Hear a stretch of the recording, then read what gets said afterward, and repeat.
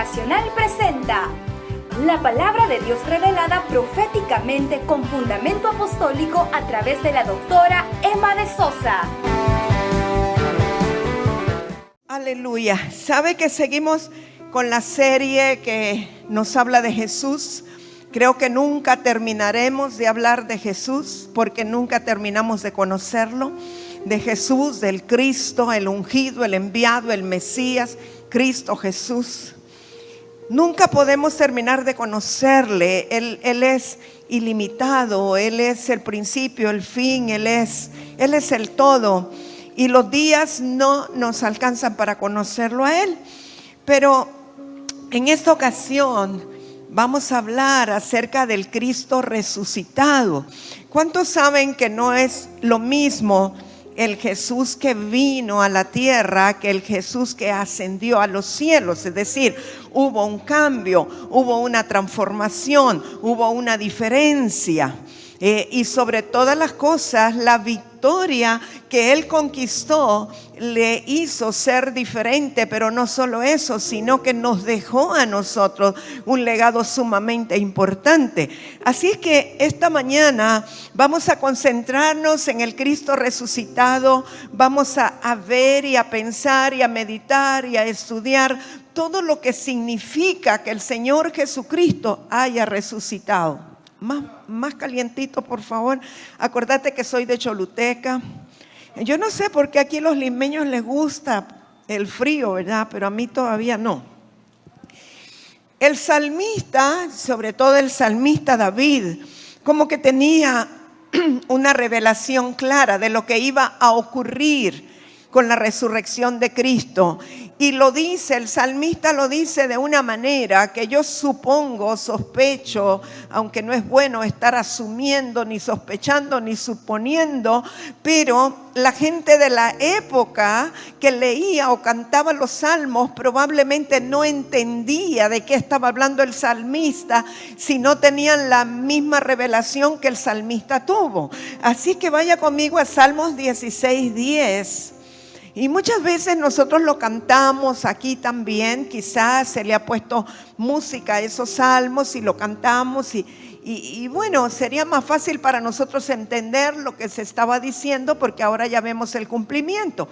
Pero mire, Salmos 16:10 dice: se alegró por tanto mi corazón y se gozó mi alma, mi carne también reposará confiadamente. Verso 10. Porque no dejarás mi alma en el Seol, ni permitirás que tu santo vea corrupción. El salmista no estaba hablando de sí mismo, estaba profetizando acerca del Señor Jesucristo. No dejarás mi alma en el Seol, o sea, en el lugar de espera cuando muriera, ni permitirás que tu santo vea corrupción. O sea, el salmista estaba profetizando que el Señor Jesucristo no iba a ser corruptible, que su cuerpo físico no se iba a destruir o a corromper. Y verso 11: me mostrarás la senda de la vida. En tu presencia hay plenitud de gozo, delicias a tu diestra para siempre. ¿De qué está hablando el salmista? Me mostrarás la senda de la vida eterna, de la vida gloriosa al lado del Padre. Y luego está hablando en tu presencia, en la presencia del Padre hay plenitud. Plenitud es totalidad, que no falta absolutamente nada, que en todas las áreas de nuestra vida tenemos gozo. Y dice: delicias a tu diestra para siempre. ¿Por qué? Porque Jesús se iba a sentar a la diestra del Padre. Entonces está hablando que iba a poder vivir disfrutando de las delicias del Señor para siempre, eternamente, para siempre. Quiere decir que Cristo Jesús, que ya ha resucitado y se sentó a la derecha del Padre, sigue disfrutando de las delicias del Señor para siempre.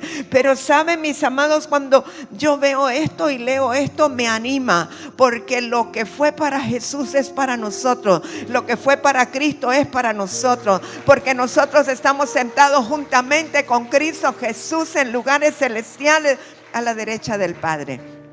Y estamos profetizando que será así también cuando un día nosotros o resucitemos o seamos transformados en los aires. Salmo 17:15, dice el salmista: en cuanto a mí, veré tu rostro en justicia. O sea, la justicia, el cumplimiento de la justicia de Dios. Estaré satisfecho cuando despierte a tu semejanza. Está hablando de la resurrección de Cristo, que cuando Él despertara de ese sueño de los 3 días, iba a despertar con un cuerpo glorificado a la semejanza del Padre. Todo esto es profético. He escogido 3 versículos, 3 espacios de salmos diferentes en donde se profetiza acerca de la resurrección de Cristo. Salmo 71, verso 20. Dice: tú que me has hecho ver muchas angustias y males, volverás a darme vida y de nuevo me levantarás de los abismos de la tierra, aumentarás mi grandeza y volverás a consolarme. O sea, Jesús a través del profeta dice: tú que me has hecho ver muchas angustias y males. Está hablando de todo lo que Cristo tuvo que padecer, tuvo que ver, tuvo que experimentar, lo que significó que lo crucificaran, que le metieran una lanza en el costado, clavos, corona de espinas, etcétera. Pero dice: volverás a darme vida, o sea, cuando resucitara, y de nuevo me levantarás de lo profundo o de los abismos de la tierra. Entonces, los del antiguo pacto, al menos el salmista, no ignoraba la resurrección de Cristo. Y nosotros tenemos muchas instancias también en el Antiguo Testamento que nos hablan proféticamente de la resurrección de Cristo. Por ejemplo, cuando Jonás, al haberse ido a Tarsis en lugar de irse a Nínive, y tuvieron que botarlo de la barca, de la lancha, ¿verdad? Porque había una gran tempestad, una gran tormenta, y lo echaron de la barca, y dice que vino un gran pez y plum, se lo tragó, ¿verdad? Usted le pregunta a los niños cómo se llamaba el pez grande que se tragó a Jonás. Plum, porque dice, y el cantito dice: vino un gran pez y plum, se lo tragó. O sea, plum, se lo tragó. Y ese pez después dice que llegó hasta la orilla y lo vomitó al tercer día. Y nosotros vemos que esta era una señal profética. Jonás fue una señal profética de la resurrección de Cristo. Dice que estuvo 3 días y al tercer día salió del vientre del pez, y aún habla de que las algas se enredaron en su cabeza, como dando a entender que la corona de espinas iba a estar alrededor de la cabeza de Cristo. Y hay muchas instancias que a nosotros nos hacen entender desde el Antiguo Testamento el poder de la resurrección de Cristo. Cuando Abraham iba con su hijo Isaac subiendo el monte Moriah, ya Isaac estaba dado por muerto. Isaac no era un niño, era un muchacho grande. Estaba cargando en su hombro la leña, como Cristo después cargó el madero. Y dice que Isaac le dijo a Abraham: pero padre, bueno, yo veo que aquí está la leña, aquí está el cuchillo, ¿y dónde está la ofrenda para el sacrificio? O sea, Isaac sabía perfectamente que él iba a hacer la ofrenda para el sacrificio. Y Abraham obviamente estaba dolido, preocupado, pero él quería cumplir la voluntad de Dios. Y dice que al tercer día, que significa resurrección, vio Abraham el lugar de lejos, alzó sus ojos y entonces vio. Esto no dice específicamente qué vio, y nosotros creemos que vio el poder de la resurrección, que vio a su hijo que volvía vivo. Y después de eso fue que él dijo: el muchacho y yo subiremos, adoraremos y volveremos. Cuando él dijo y volveremos, es porque tuvo una visión de que él no iba a morir, y esto representa el poder de la resurrección, porque fue al tercer día que vio el lugar de lejos. Así que desde la antigua, sí, apláudale al Señor, Él es bueno, para siempre su misericordia. Qué bueno es Dios, que aún Él tiró líneas, ¿verdad? Dio señales proféticas, mostró cosas para que el pueblo, cuando Jesús viniera, el Mesías viniera, todos entendieran que iba a morir, pero un día iba a resucitar. Y Jesús les habló a sus discípulos y aún les comentó que era necesario que Él muriera, pero que Él iba a resucitar. Veamos Mateo 16, verso 21. Jesús comienza a anunciar, dice: desde entonces comenzó Jesús a declarar a sus discípulos que le era necesario ir a Jerusalén y padecer mucho de los ancianos, de los principales sacerdotes y de los escribas, y ser muerto y resucitar al tercer día. O sea, Jesús mismo lo estaba declarando, Jesús mismo lo estaba anunciando. Entonces Pedro, tomándole aparte, comenzó a reconvenirle diciendo: Señor, ten compasión de mí, en ninguna manera esto te acontezca. Pero él, volviéndose, dijo a Pedro: quítate de delante de mí, Satanás, me eres tropiezo, porque no pones la mira en las cosas de Dios, sino en las de los hombres. Fíjese que aunque los discípulos habían andado con Jesús por 3 años y medio, todavía ellos no alcanzaban a entender la dimensión de lo que significaba la muerte y la resurrección de Cristo. Y cuando Jesús mismo comienza a decirle a los discípulos: miren, es necesario que yo vaya a Jerusalén, es necesario que yo padezca, es necesario que me crucifiquen, es necesario que yo entregue mi vida, los discípulos todavía estaban viendo y pensando carnalmente. Ellos no podían captar la magnitud o la dimensión de lo que significaba la importancia de que Jesús entregara su vida, que fuera crucificado, que muriera y que resucitara. Tal pareciera como que ni siquiera creían que en realidad iba a resucitar, porque si ellos hubiesen creído fielmente que Jesús iba a resucitar, no les hubiese importado que Jesús fuera a morir, porque era necesario que muriera para que resucitara. Así es que Pedro: no, Señor, por favor, no hagas eso, que eso no te acontezca. ¿Cómo va a ser que vas a sufrir? ¿Cómo va a ser que te van a crucificar, etcétera? Y Jesús, me imagino que no has entendido todavía, Pedro. 3 años y medio estoy tratando de explicarle que mi paso por esta tierra es temporal, que solo vine para establecer mi iglesia, para dejarlos a ustedes, que yo tengo que morir, pero voy a resucitar, y es necesario para que entonces ustedes puedan ser llenos del Espíritu Santo y yo les imparta de todo lo que necesitan recibir antes de que yo me vaya. Quiero que meditemos algo.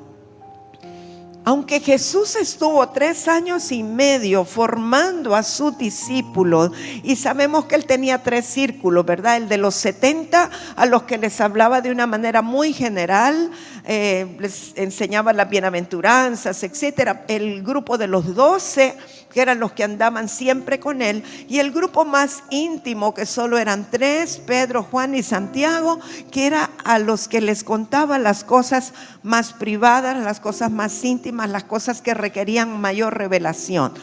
Y Jesús en todo tiempo tuvo claridad de cuál era su propósito y los había estado impartiendo, enseñando.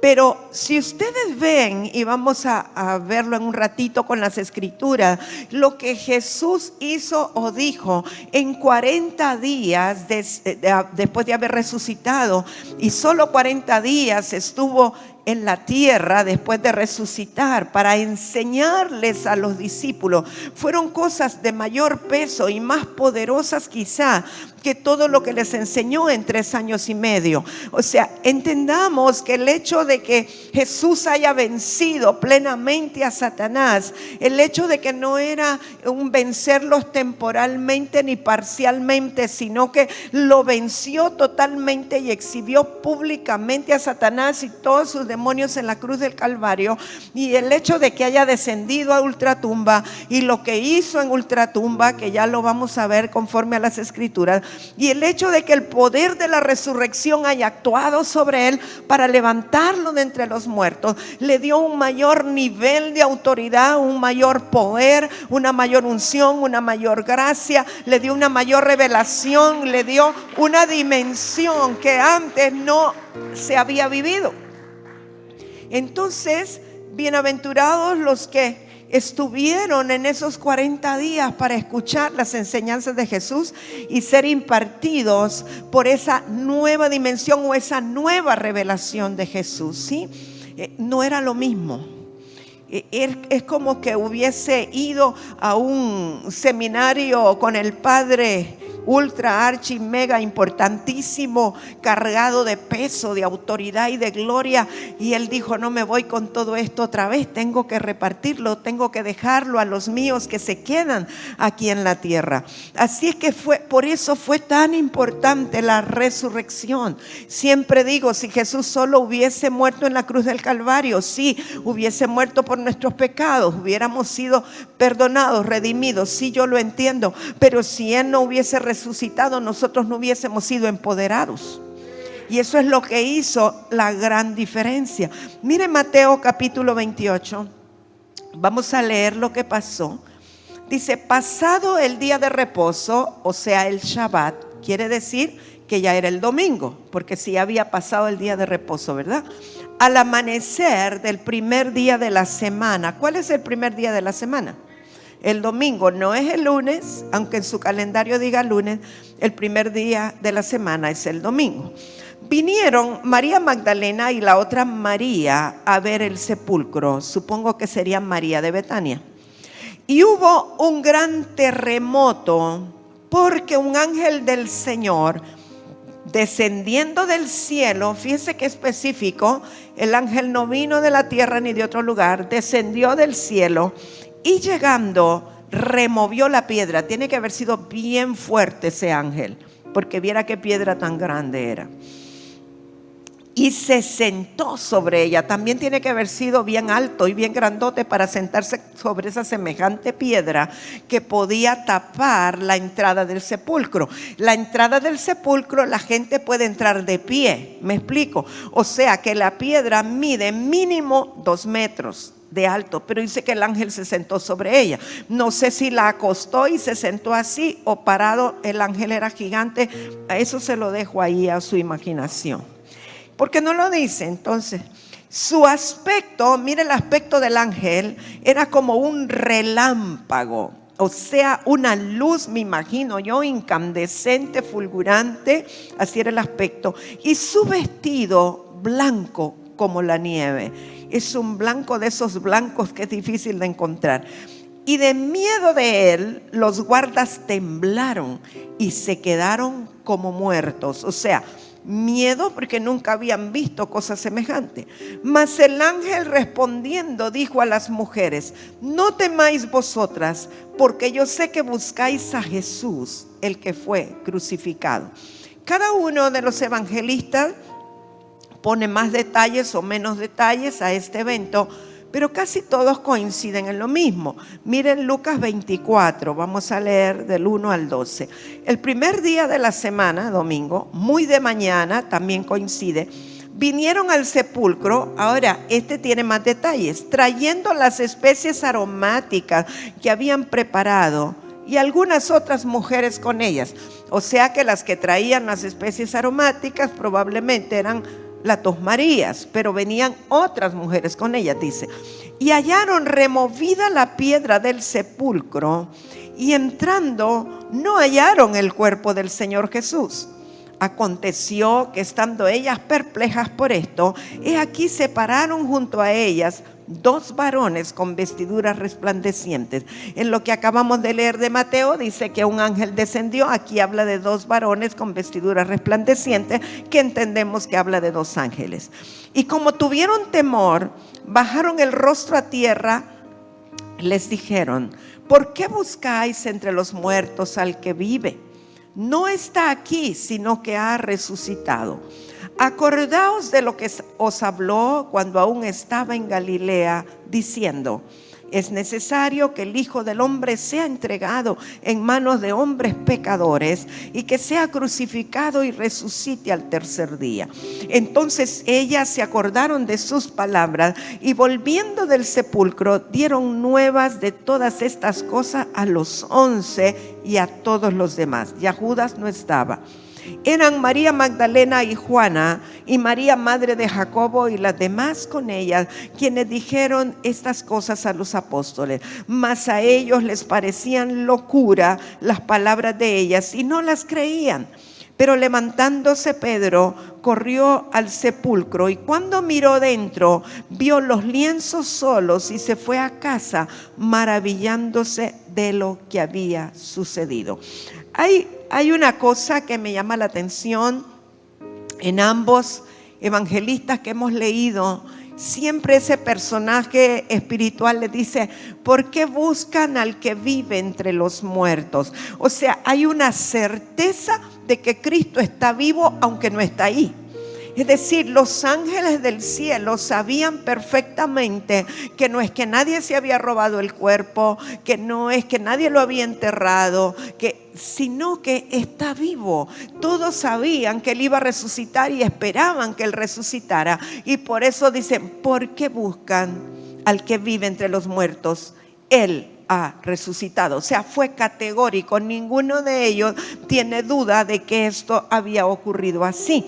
Y otra cosa que me llama la atención aquí en Lucas, y creo que hay otros lugares donde da más detalles, dice que Pedro, que llega porque como que todavía no creía, ¿verdad? Porque les parecía locura, dice lo que las mujeres decían. Las mujeres decían: Él ha resucitado, Él ha resucitado.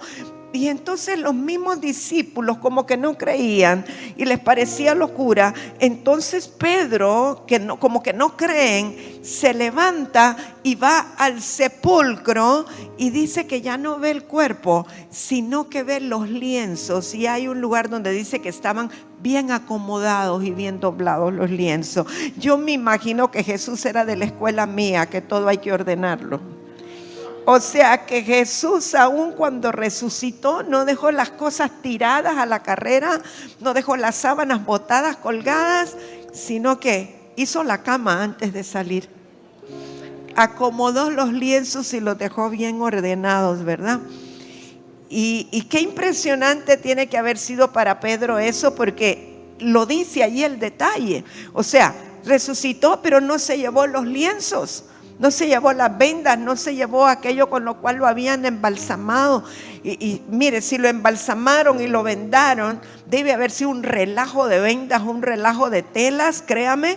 Yo me imagino todo enredado. Así es que yo creo que Jesús dijo: no, las voy a acomodar bien. Le voy a librar el trabajo al que va a venir después a recoger aquí. Pero lo importante es que Jesús, sí, para que se ríe un rato, por si acaso usted tiene de esos hijos que dejan la cama desordenada, díganle: mira, Jesús hasta las vendas ordenó cuando resucitó y se levantó, ¿verdad? Todo lo dejó bien acomodado.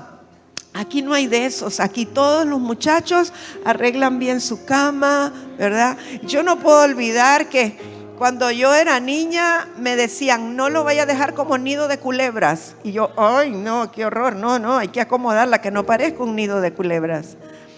Sí, yo me imaginaba así una relación, así es que no, hay que dejar todo bien arreglado. Entonces el Señor Jesucristo, a pesar del espanto de los discípulos, a pesar del temor de los que estaban ahí, aún del hortelano, del guardia, Él había resucitado. Y me imagino que la pregunta es: ¿y para dónde se fue y dónde está? Se ha resucitado, ¿verdad? Está vivo. Entonces, ¿dónde está? Vaya a Juan capítulo 20. Dice el verso 19: cuando llegó la noche de aquel mismo día, el primero de la semana, o sea, el domingo por la noche, estando las puertas cerradas en el lugar donde los discípulos estaban reunidos por miedo de los judíos, vino Jesús y, puesto en medio, les dijo: paz a vosotros. Y cuando les hubo dicho esto, les mostró las manos y el costado. Y los discípulos se regocijaron viendo al Señor. Entonces Jesús les dijo otra vez: paz a vosotros. Como me envió el Padre, así también yo os envío. Y habiendo dicho esto, sopló y les dijo: recibid el Espíritu Santo. A quienes remitieres los pecados, les son remitidos, y a quienes se los retuvieren, les son retenidos. Fíjese bien, era la noche del mismo domingo en el cual Jesús había resucitado. Y quiero decirle otra cosa. Dice que Jesús resucitó al tercer día. Cuando usted empieza a contar, si Jesús fue crucificado el viernes, usted dice: no, pero entonces no fueron 3 días. Porque los judíos, la manera como cuentan los días es: viernes era el primer día, sábado era el segundo día y domingo es el tercer día. O sea, no es que estuvo 3 días, es que resucitó al tercer día. ¿Me explico? Bien. Entonces Jesús el domingo en la noche dice que se aparece a los judíos que estaban reunidos. Entiendo que la casa estaba cerrada, como que tenían miedo, ¿verdad? Estaban como asustados, espantados de lo que podía pasar.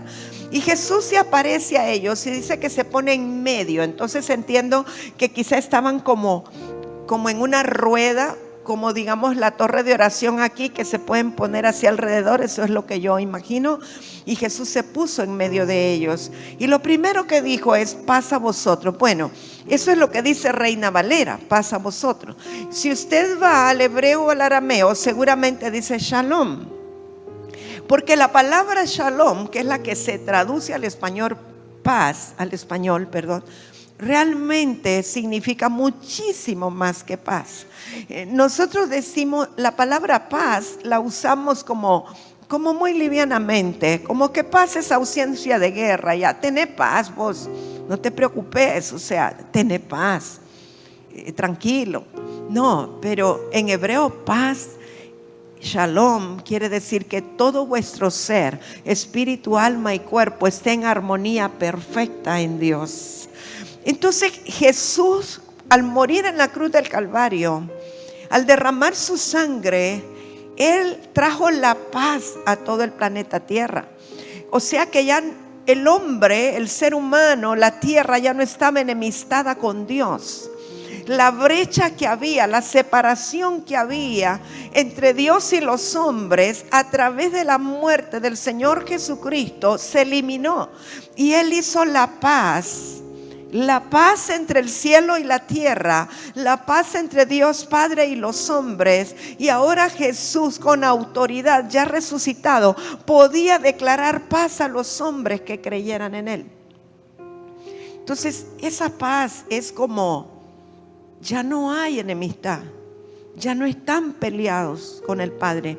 Ya yo pagué la culpa, ya yo pagué la ofensa, ya mi sangre cubrió todo eso. Ahora pueden tener paz. Eso implicaba, ya ustedes pueden entrar en una relación completa, perfecta, de plenitud con el Padre. Ya ustedes pueden tener entrada libre al trono de la gracia. Ya ustedes pueden ir y pedir todo lo que quieran. Ya no hay condenación para ustedes. Ustedes ahora pueden vivir en paz. Ya no van al infierno.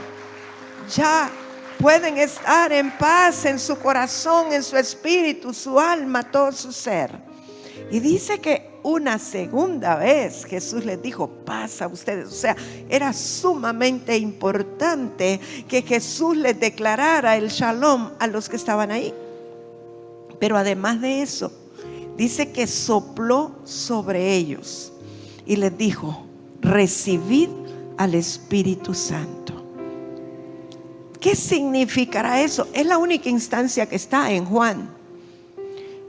Yo entiendo, interpreto, recibo que cuando le dice recibid al Espíritu Santo, para ellos, para los discípulos, era como cuando nosotros hemos reconocido a Cristo y el Espíritu Santo deja de estar solo con nosotros para venir a estar en nosotros o dentro de nosotros. Y estaban listos entonces para que viniera en el aposento alto el Espíritu Santo sobre ellos, porque ya estaba con ellos. Y cuando Jesús les sopla, porque uno dice, ¿por qué le sopló? Bueno, porque ya Él no tenía un cuerpo natural, carnal, corruptible. Era un cuerpo glorificado. Él estaba en un nivel de ascensión en donde Él podía decir, les imparto del Espíritu, porque Él era Espíritu en ese momento y podía impartirles a ellos. Por eso le dice, recibid al Espíritu Santo. Ahora, todavía no había venido sobre ellos el Espíritu Santo, pero les estaba impartiendo del Espíritu que Él era, y era necesario. Entonces fue impactante para ellos esta experiencia después de que Jesús resucita. Pero luego me deja pensando el verso 23: a quienes remitieres los pecados les son remitidos, y a quienes se los retuvieres les son retenidos. Y hay mucho que podríamos hablar de todo esto, y yo entiendo que aquí nace el sacramento católico de la confesión, de que la gente va, confiesa los pecados y se los pueden perdonar o se los pueden remitir. Y no sé de dónde nació el de todas las, ¿cómo se llama? Lo que les ponen como penitencias. Sí, eso sí, no sé de dónde salió, porque lo que Jesús dice a los discípulos, que al tener al Espíritu Santo tiene la autoridad de retener pecados o de liberar al que está pecando. Ahora, yo entiendo que cuando tenemos al Espíritu Santo en nosotros y alguien viene, la Escritura dice también, confesemos nuestros pecados los unos a los otros. Y entiendo que lo mejor sería venir y confesarlo a los pastores, a las autoridades espirituales que tienen, porque no le va a ir a confesar los pecados a otra oveja, tiene que confesar los pecados a alguien que esté en autoridad espiritual sobre usted. Pero obviamente de parte de Dios siempre la instrucción de Dios o el deseo de Dios es liberar a la gente de los pecados por el poder de la sangre de Cristo, y el que está arrepentido genuinamente, obviamente Jesús lo perdona. Pero me llama la atención que dice, al que se los retuvieres les serán retenidos, y eso a mí me da temor y temblor, porque ¿cuántas veces nosotros podríamos estar reteniendo los pecados de alguien porque estamos reteniendo al pecador? No sé si me explico. Podría ser que en nuestra humanidad nosotros estemos reteniendo algo que no deberíamos de retener. ¿Me doy a entender? O sea, muchas veces nuestra humanidad está por tan debajo de la gracia y la misericordia de Dios, que nosotros podemos estar reteniendo a alguien o algo y evitando que ese alguien sea libre para buscar al Señor. Y tenemos autoridad para retenerlos, pero yo creo que la gracia y la misericordia está por encima de esa autoridad. No sé si me explico. Entonces podríamos decir, no, ese no, por eso lo pongo en disciplina, hasta que le vea los frutos. Pero ¿haría eso Jesús? Creo que no. Creo que Jesús ve siempre el corazón arrepentido. Jesús siempre tiene misericordia. Jesús siempre nos da una segunda y tercera y cuarta y quinta oportunidad. Jesús no nos desecha. Con su gracia podemos nosotros superar lo más terrible que pudiera ser si amamos a Dios. Si amamos a Dios confiadamente, si amamos a Dios plenamente, si amamos a Dios con todo nuestro corazón. Pero sí es algo que siempre me ha dejado pensando. Vaya conmigo a Lucas 24. Vamos a leer versos 44 al 47. Y les dijo, estas son las palabras que os hablé cuando aún estaba con vosotros, que era necesario que se cumpliese todo lo que está escrito de mí en la ley de Moisés, en los profetas y en los salmos. Fíjese, a veces solo decimos en la ley y los profetas, pero aquí menciona los salmos también, y por algo los mencionamos al principio. Entonces les abrió el entendimiento para que comprendiesen las Escrituras. Diga conmigo, necesito que el Señor me abra el entendimiento. Aquí está claro, mis amados, que si no se nos abre el entendimiento por parte del Señor o del Espíritu del Señor, no vamos a comprender las Escrituras. Van a ser como un libro cualquiera. Necesitamos que se nos abra el entendimiento. Y les dijo: así está escrito, y así fue necesario que el Cristo padeciese y resucitase de los muertos al tercer día, y que se predicase en su nombre el arrepentimiento y el perdón de pecados en todas las naciones, comenzando desde Jerusalén. Yo quiero que usted, amado, este día, sobre todo si usted es un líder, un pastor, guarde ese verso 47 para que usted lo enseñe correctamente a sus discípulos. Es decir, está claro que era necesario que Jesús muriera y resucitara el tercer día, que Jesús fuera crucificado y resucitara el tercer día, que Él se entregara y resucitara el tercer día. O sea, cuando nosotros predicamos el Evangelio, nunca debemos olvidar eso, que Jesús murió y resucitó. Eso es lo que tiene poder para que la gente pueda venir al arrepentimiento. Puede ser que alguien tenga un testimonio poderoso en el sentido de que dice: yo maté a 5, estuve 10 años en la cárcel, y dice unas cosas terribles y la gente ya está con los pelos de punta y dice: no, pero yo me convertí. Ay, y la gente ya está llorando y vengan, pasen quienes quieren. Pero lo que realmente tiene poder es que Jesús murió y resucitó para perdonarnos y para darnos salvación y para redimirnos del infierno. Eso es lo que tiene mucho poder. Entonces, cuando enviamos a las personas a predicar o a evangelizar, tenemos que asegurarnos que ellos crean que Jesús murió y resucitó, y que sea parte de su vida y de su testimonio, para que cuando hablen a otros, lo que le digan es: pero el Señor Jesucristo murió por tus pecados y resucitó para darte vida. Eso es lo que tiene poder. Esa es la palabra que tiene poder. A lo mejor el que la está recibiendo no la recuerda, pero hizo un impacto en su espíritu y dice: yo quiero. Murió y resucitó. Pero luego mire lo que dice el verso 47. Que se predicase en su nombre el arrepentimiento y el perdón de pecados en todas las naciones, comenzando desde Jerusalén. ¿Qué es lo que tenemos que predicar nosotros? El arrepentimiento y el perdón de pecados. Sin arrepentimiento genuino no hay perdón, ¿sí? Sin arrepentimiento genuino en nuestro corazón no hay perdón de parte de Dios. Aunque ya la sangre de Cristo fue derramada y aunque Él ya nos perdonó en la eternidad, digamos que la llave que mueve el perdón de parte de Cristo es el arrepentimiento nuestro.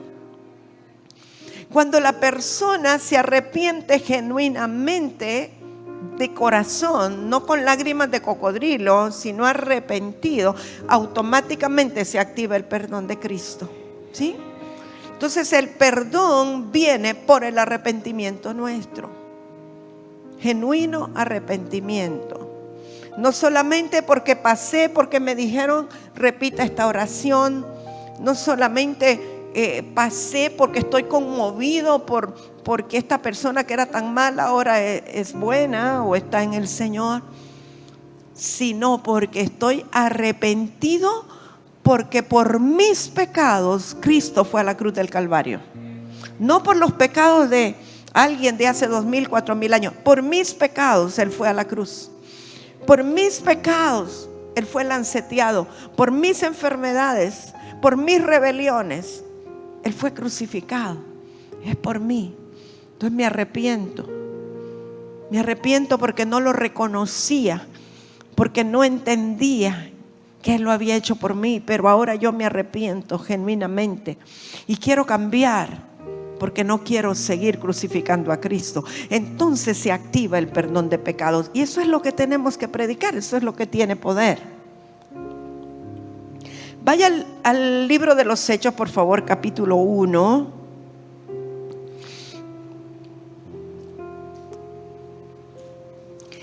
Desde el verso 1 dice: En el primer tratado, o Teófilo, o sea que es Teófilo el que está escribiendo, Hechos seguramente, hablé acerca de todas las cosas que Jesús comenzó a hacer y a enseñar, hasta el día en que fue recibido arriba, después de haber dado mandamientos por el Espíritu Santo a los apóstoles que había escogido. Vuelvo, repito, porque esto es muy importante. Hablé acerca de todas las cosas que Jesús comenzó a hacer y enseñar hasta el día en que fue recibido arriba. O sea, Jesús cuando resucitó, lo primero que comenzó a hacer era enseñar a los discípulos, a los apóstoles, desde el día 0 que resucitó hasta el día que ascendió o que fue recibido arriba por el Espíritu Santo. ¿Qué dice? Después de haber dado mandamientos por el Espíritu Santo a los apóstoles que había escogido. O sea, en esos 40 días y 40 noches, Jesús estuvo dándole a los apóstoles mandamientos, no sugerencias, mandamientos por el Espíritu Santo de lo que tenían que hacer y cómo tenían que vivir y qué tenían que realizar. Y entiendo que todo tenía que ver con establecer el reino en la tierra. O sea, pero él ya lo estaba enseñando en una nueva autoridad, en una nueva dimensión. Dice, a quienes también, después de haber padecido, se presentó vivo, con muchas pruebas indubitables, apareciéndoseles durante 40 días y hablándoles acerca del reino de Dios. Y estando juntos, les mandó que no se fueran de Jerusalén, sino que esperasen la promesa del Padre, la cual les dijo, oísteis de mí. Esos 40 días eran sumamente importantes para el establecimiento del reino en la tierra y el establecimiento de la iglesia del Señor Jesucristo en la tierra. Aquí quiero hacer un paréntesis. He escuchado ministros enseñar o decir que una cosa es la iglesia y otra cosa es el reino. Yo no lo concibo así.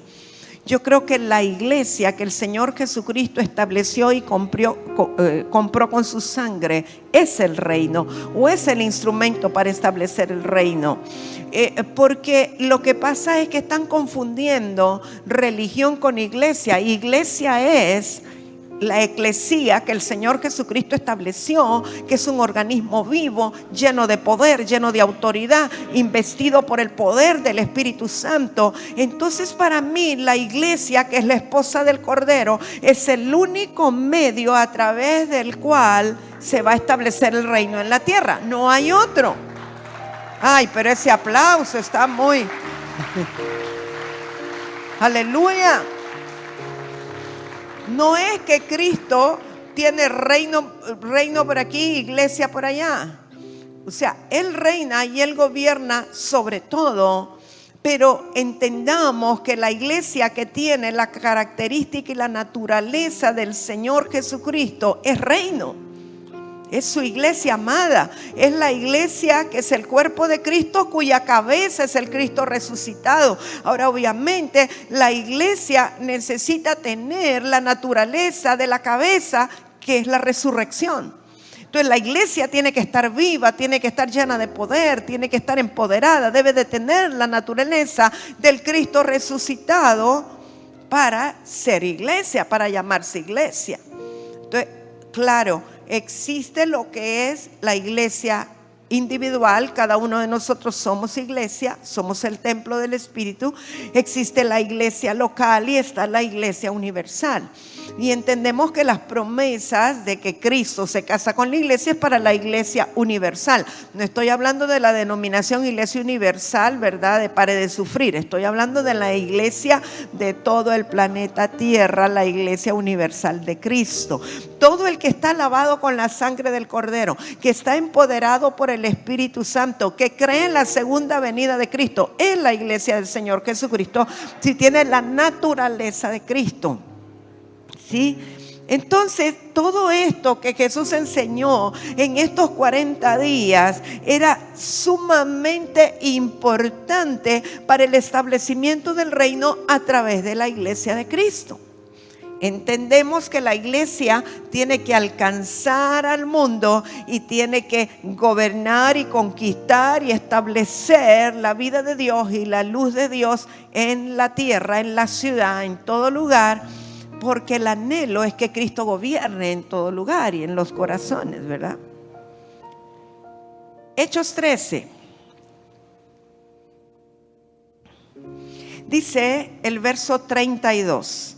Y nosotros también os anunciamos el evangelio de aquella promesa hecha a nuestros padres, la cual Dios ha cumplido a los hijos de ellos, a nosotros, resucitando a Jesús, como está escrito en el Salmo 2. Quiero que medite bien en esto. Mi hijo eres tú, yo te he engendrado hoy. Voy a hacer una pausa antes de seguir. Hemos creído y hemos enseñado, yo he enseñado, que el Espíritu Santo engendró a Jesús en el vientre de María. Y hemos dicho y hemos creído, bueno, Él es el Hijo de Dios porque fue engendrado por el Espíritu Santo en el vientre de María. Pero cuando yo leí esto, que aunque lo había leído muchas veces antes, pero no había meditado, me doy cuenta que de acuerdo a las Escrituras, Jesús se convierte en el Hijo con toda legalidad y autoridad el día que resucita. ¿Me escucha? De acuerdo a esta Escritura, porque fíjese, le repito, y nosotros también os anunciamos el evangelio de aquella promesa hecha a nuestros padres, la cual Dios ha cumplido a los hijos de ellos, a nosotros, resucitando a Jesús, como está escrito también en el Salmo 2. Mi hijo eres tú, yo te he engendrado hoy. Cuando usted va al Salmo 2, dice, yo publiqué mi decreto, mi hijo eres tú, yo te he engendrado hoy. Pero aquí me está diciendo, resucitando a Jesús, como está escrito en el Salmo 2, mi hijo eres tú, yo te he engendrado hoy. O sea, de acuerdo a esto, Jesús cuando resucita es declarado hijo, y ese es cuando dice el Padre, yo te he engendrado hoy. Pidamos revelación al Señor de esto, pero a mí me sacudió porque yo lo había tomado como Él lo engendró en el vientre de María. Pero aquí está hablando que lo engendró el día que lo resucitó, porque lo engendró en una dimensión diferente del Espíritu. Y en cuanto a que le levantó de los muertos para nunca más volver a corrupción, le dijo así: os daré las misericordias fieles de David. O sea que el salmo que dice os daré las misericordias fieles de David está hablando o se refiere a que no va a haber corrupción. Jesús no va a haber corrupción. Por eso dice también en otro salmo: no permitirás que tu santo vea corrupción. Lo acabamos de leer ese salmo. Porque a la verdad David, habiendo servido a su propia generación según la voluntad de Dios, durmió y fue reunido con sus padres y vio corrupción. Mas aquel a quien Dios levantó no vio corrupción. O sea, esta escritura nos está confirmando que todo lo que David dice acerca de no ver corrupción, acerca de tener vida otra vez, acerca de no quedarse en el Seol, acerca de no estar en la sepultura, no se refiere a David, sino que se refiere a la resurrección de Cristo. ¿Sí? Está conmigo, ¿verdad? No se me aburra, por favor. Bueno, vamos a Romanos capítulo 1, esto es poderoso, lo hemos leído varias veces, lo hemos visto, pero creo que hoy nos va a confirmar el Señor muchas cosas. Romanos 1, verso 1.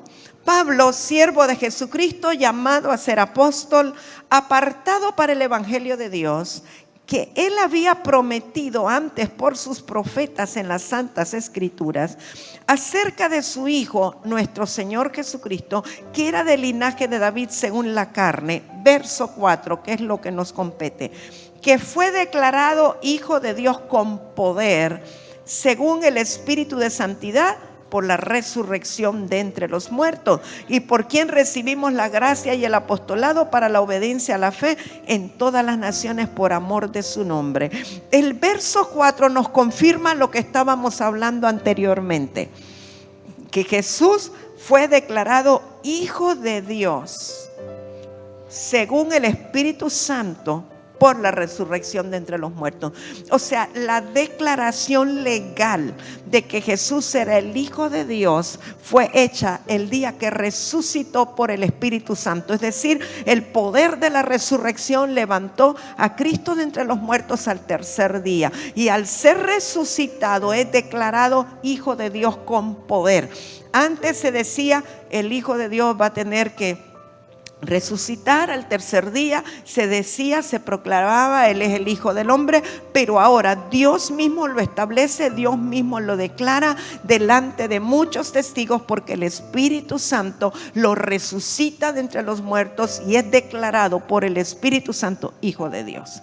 O sea, el poder de la resurrección que operó en el Señor Jesucristo lo hace acreedor del nombre legal de Hijo de Dios con H mayúscula.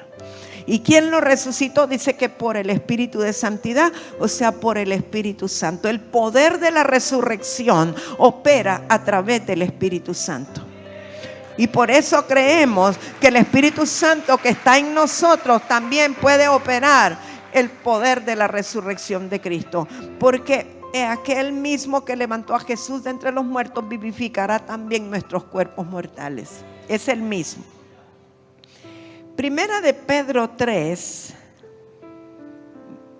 verso 18 hasta el 22, también es una escritura que nos abre mucho los ojos y el Espíritu Santo le place revelarnos. Dice Primera de Pedro 3:18, porque también Cristo padeció una sola vez por los pecados, el justo por los injustos, para llevarnos a Dios, siendo a la verdad muerto en la carne, pero vivificado en espíritu, en el cual también fue y predicó a los espíritus encarcelados, los que en otro tiempo desobedecieron, cuando una vez esperaba la paciencia de Dios en los días de Noé, mientras se preparaba el arca, en la cual pocas personas, es decir, 8, fueron salvadas por agua.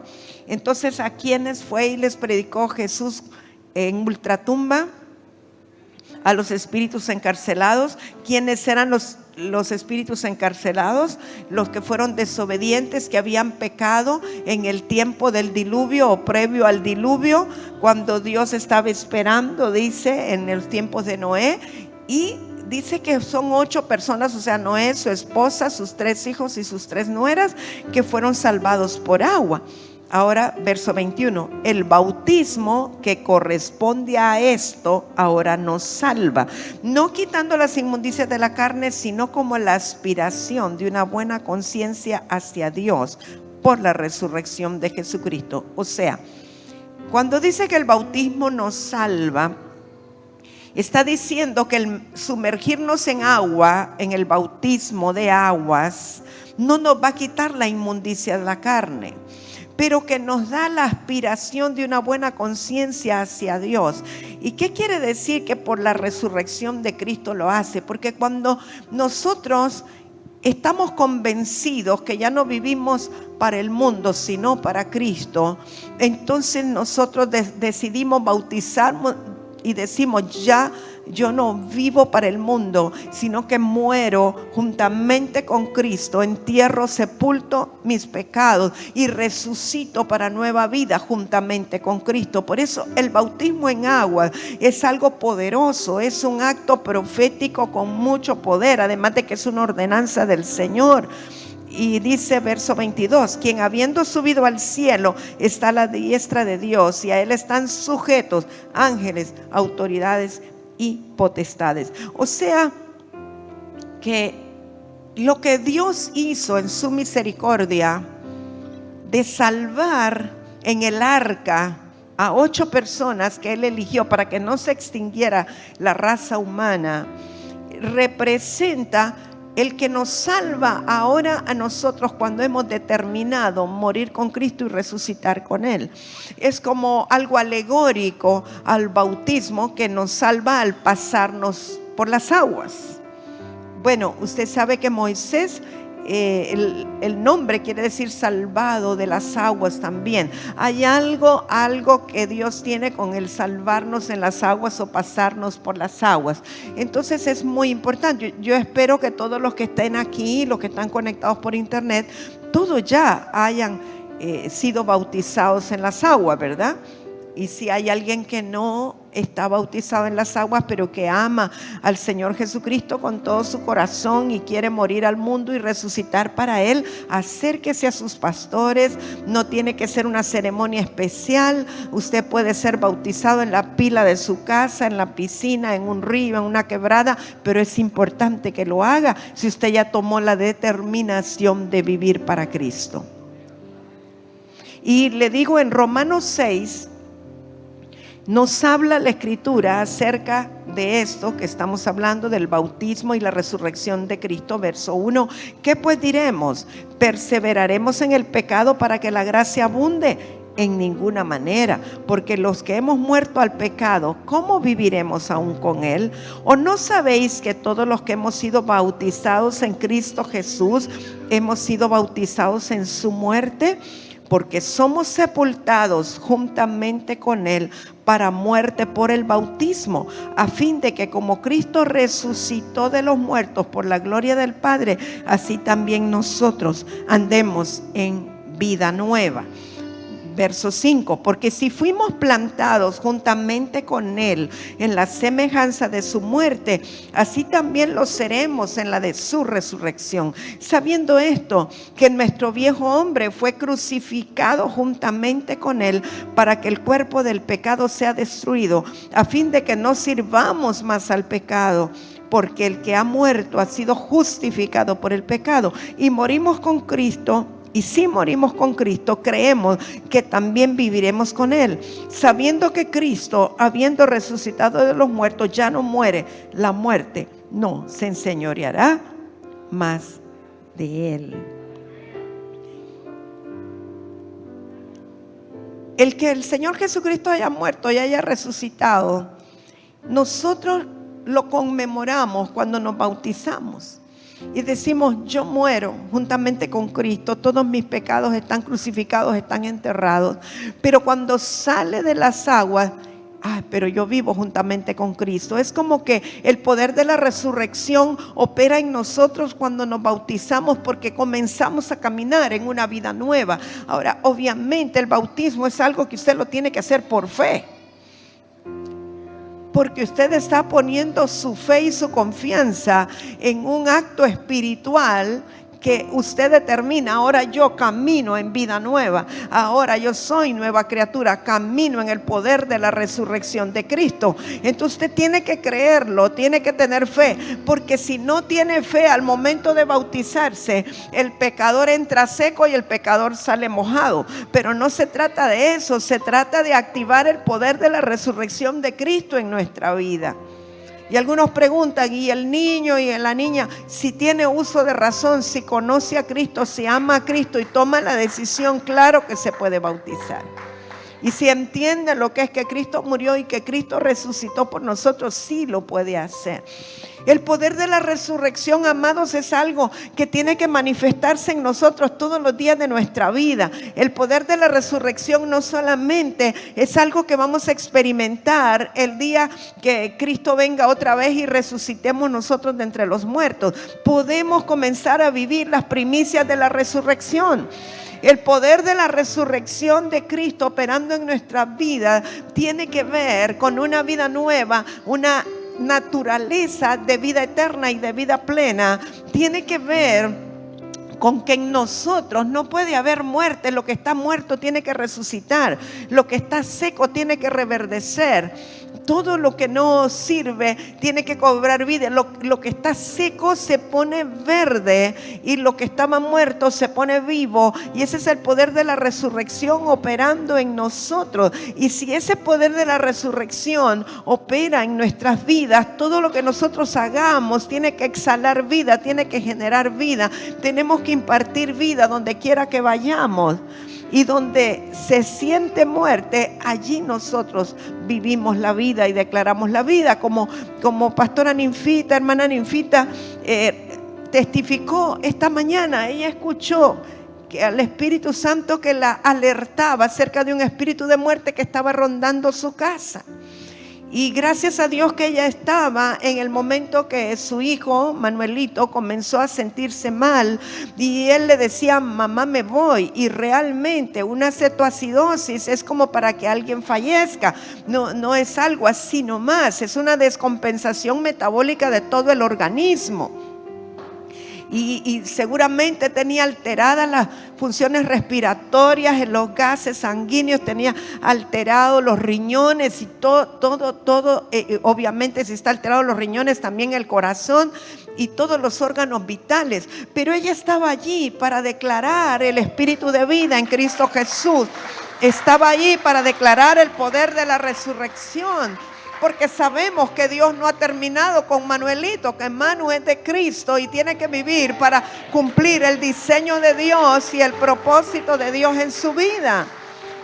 Pero la intercesión, la declaración del poder de la resurrección de Cristo es importante en momentos determinantes como estos, en los cuales el espíritu de muerte se puede querer aprovechar de condiciones del cuerpo de él, o porque él no esté plenamente entregado al Señor, o porque esté descuidado en su salud, en su sobrepeso, lo que sea. El espíritu inmundo se puede aprovechar. Pero una madre intercesora puede lograr que eso se revierta y que por el poder de la resurrección de Cristo eso retroceda. Quiero decirles que Manu ya está bien, está compensado, está bien, y que confiamos que pronto lo tendremos por aquí dando él mismo el testimonio para la gloria del Señor. Lo creemos porque lo amamos y sabemos que él es del Señor. Amado, vaya conmigo a Hebreos capítulo 2, ya casi vamos a terminar. Verso 14, así que por cuanto los hijos participaron de carne y sangre, él también, o sea Cristo, participó de lo mismo para destruir por medio de la muerte al que tenía el imperio de la muerte, esto es el diablo. Fíjese bien que dice al que tenía. ¿Quién tenía el imperio de la muerte? El diablo, pero no lo tiene más. El diablo lo tenía, pero no lo tiene más, porque cuando Cristo murió, le arrebató al diablo el imperio del pecado y de la muerte. No más, porque la vida absorbió la muerte. Y librar a todos los que por el temor de la muerte estaban durante toda la vida sujetos a servidumbre. Para el creyente, para el Hijo de Dios, para que el que sabe que tiene la vida nueva en Cristo, el que ha nacido de nuevo, la muerte no es una derrota. La muerte no es un fracaso. La muerte es una puerta para la vida eterna y plena para el que ha nacido de nuevo.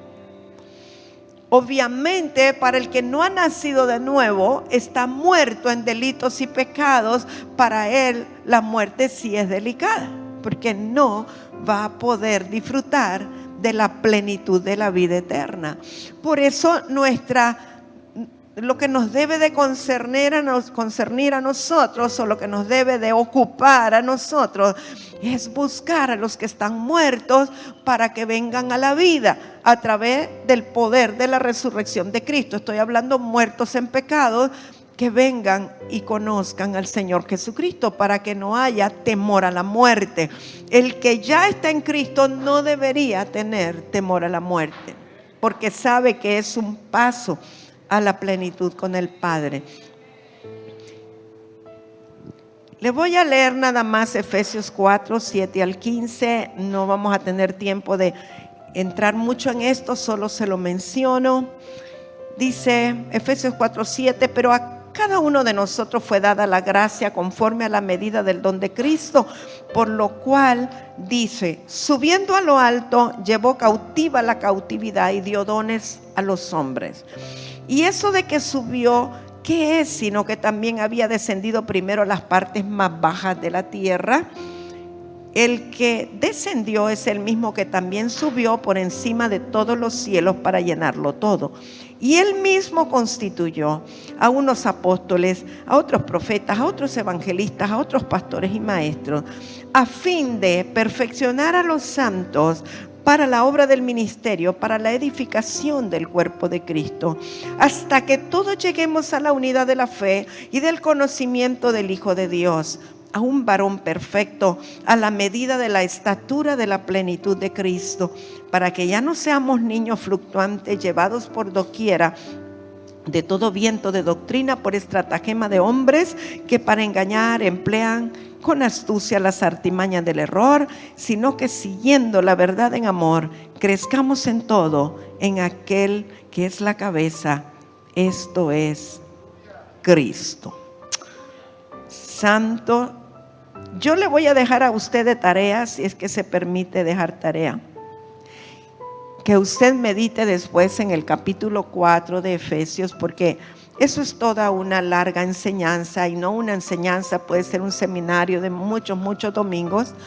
Solo quiero mencionarle, de acuerdo a Efesios 4, que dice que el que descendió a las partes más bajas, o sea, el que estuvo en ultratumba predicando a los espíritus encarcelados, es el que subió por encima de todo y dio dones a los hombres.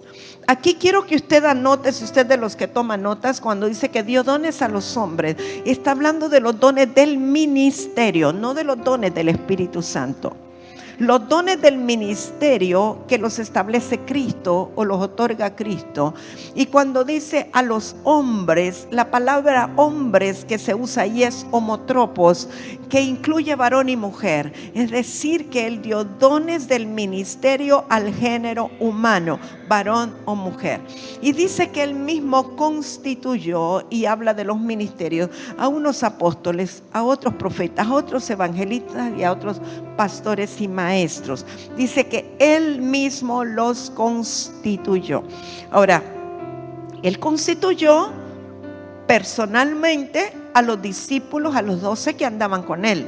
Cuando después de decirle recibid al Espíritu Santo, estuvo con ellos y los envió y los estableció, y podemos nosotros detectar inclusive, ¿verdad?, que Juan era profeta, aparte de ser enviado, de ser apóstol.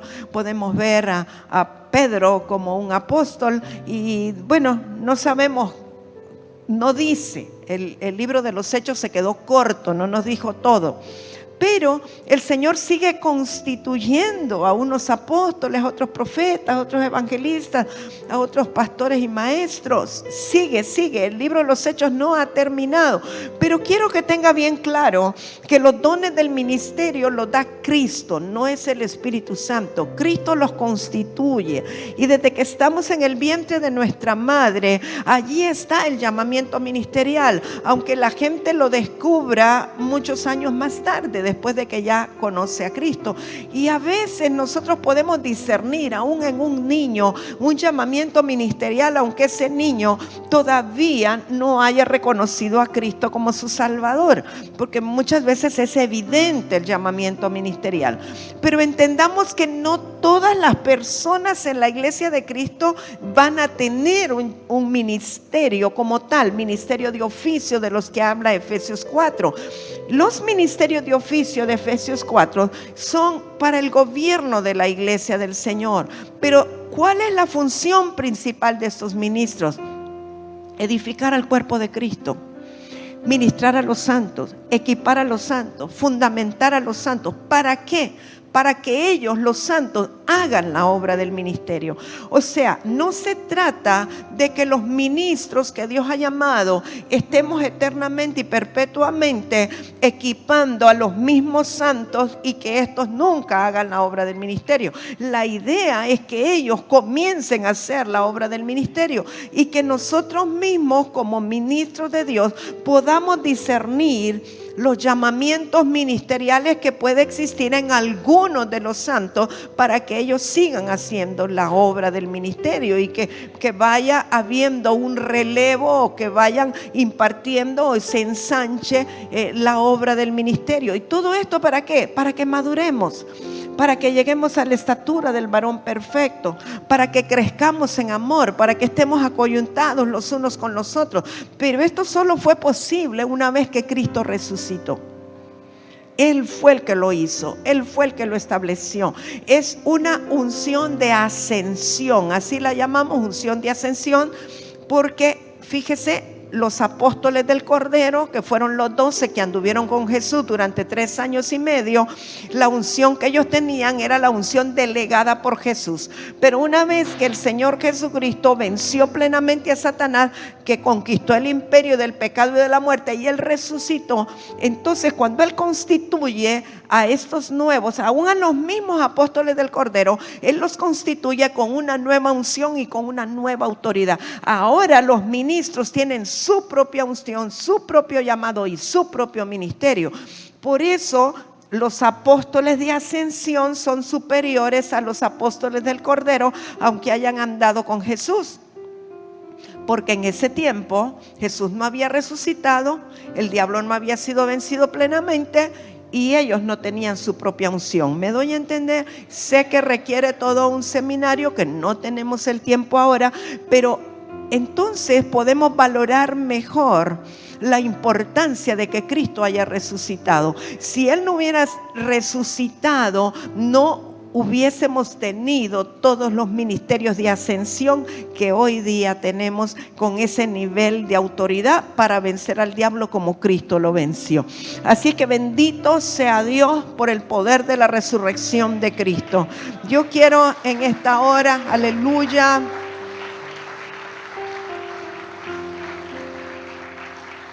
si hay alguien aquí que dice: mi negocio, mi empresa ya la doy por perdida, que siente como que está muerta. Si hay alguien aquí que dice: mi matrimonio ya no tiene esperanza, yo lo doy por perdido, que tiene muchos conflictos, situaciones, espere que diga todas las cosas antes de pasar, para que no sea evidente por qué pasó, pero que hay algo que está muerto en usted. Puede ser financiero, puede ser matrimonial, puede ser profesional, puede ser que la persona ha entrado en una depresión y en una condición que no quiere vivir. Y puede que esté aquí en medio nuestro, porque más temprano, mientras estaba sentada, el Espíritu de Dios me hizo sentir que había una persona aquí que ya no quiere vivir, que tiene ratos, momentos en su vida en donde dice: no vale la pena vivir. Si hay algo que está muerto en su vida, o algo que se secó, que se marchitó, y si es un matrimonio y están los dos y los dos necesitan que el poder de la resurrección actúe, yo quiero pedirle que pase aquí, por favor. Yo sé que siempre, vaya pasando, el Espíritu Santo dramatiza lo que hablamos. Yo sé que también los que están conectados por internet pueden levantar su mano y hacer como que están pasando. Pasen, yo sé que hay alguien más, no solo Carlita, sé que hay más personas. Y sé que el poder de la resurrección de Cristo se va a manifestar hoy día en aquellos que han perdido la esperanza. Quizá con su matrimonio, quizá con su empresa, con su propia vida. En el nombre de Jesús. Quizá hay un sueño que tú tuviste por muchos años y de pronto sientes que eso se murió, que no tiene sentido. Sé que hay más personas. Amada Carlita, hazte para acá en medio, por favor. Sé que hay más. Gracias, Espíritu Santo. Gracias. Yo sé que el Señor va a actuar en tu vida. Gracias. Sigan pasando los que vienen. Gracias, Espíritu de Dios. Gracias.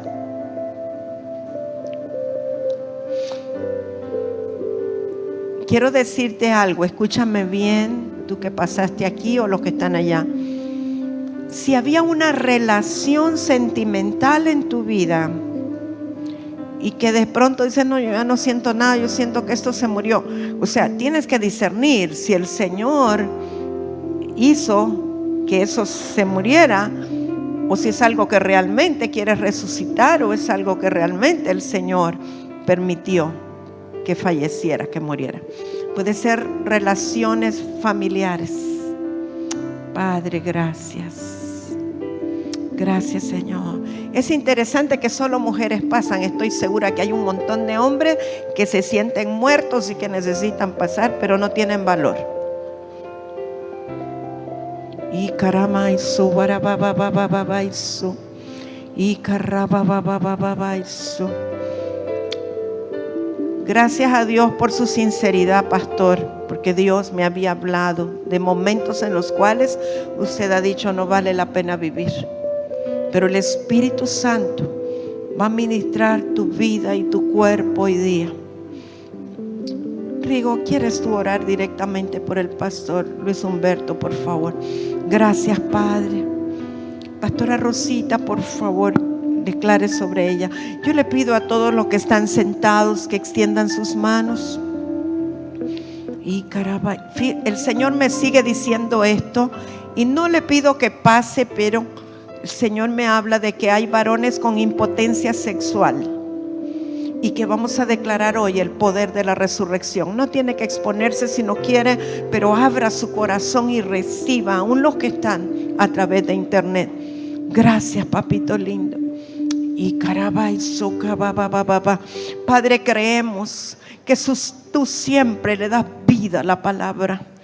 Padre Santo, creemos que tú estás aquí para provocar un levantar, para provocar, Señor, que lo que está muerto pueda resucitar en el nombre de Jesús. Pastora Abby, por favor, puede orar por hermana Daris.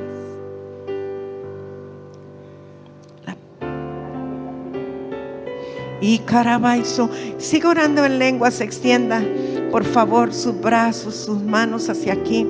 Gracias, Espíritu Santo de Dios.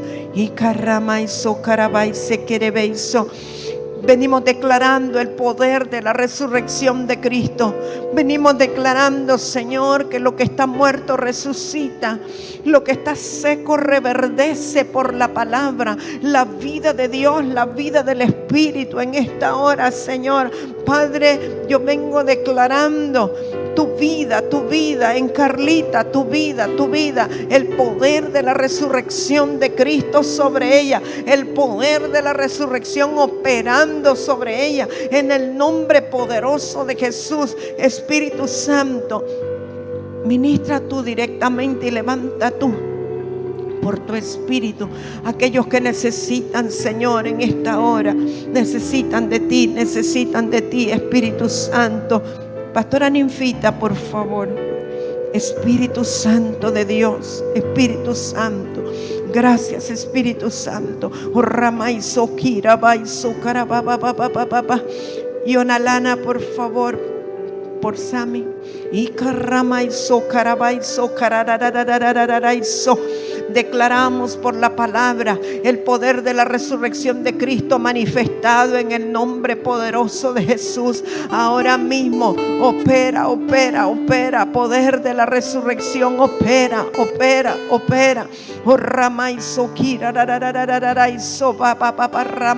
Pastora Mirlen, ven por favor, amada. Y carramaizo kira rarararararaizo barramaizo ki babababababaizo remeizo kira maizo querebeizo barramamamamaizo y amaizo. Pastora Felicia, por favor. Y carramaizo kira rarararararaizo carramamama y carramaizo kira rarararara. Pastor Remo, venga, declare sobre Carlita, por favor. Ramaizo, yo sé que el Espíritu de Dios está operando. Y carramaizo, kirararararaizo, carramaizo. Pastora Alba, puedes declarar sobre ella, por favor. Activarles. Y carramaizo, kirararararaizo. El poder de la resurrección de Cristo. El poder de la resurrección. Pastora Marcia está por ahí. Y venga, por favor. Rabaizo, barabababababaice. Y caramaizo. Vamos, declare que el Espíritu Santo está aquí. El Espíritu Santo está aquí. Y amaizo. Dile. Llena con tu gloria y majestad. Espíritu Santo de Dios, llena. Espíritu Santo. Vamos, hay una dulzura del Espíritu Santo aquí con nosotros. Dile, te necesito. Espíritu Santo, te necesito, Espíritu Santo. Majestad. Sí. Espíritu Espíritu eres Santo. mi fuerza, Sí, eres mi fuerza, eres mi tú ayuda. eres mi ayuda. Espíritu Santo. Espíritu Santo, Sí, Señor. llena este lugar. Santo, santo. Sigue orando, sigue orando. Gracias, Señor. Seguimos adorando, seguimos cantando. Gracias, Señor Jesús. Aleluya.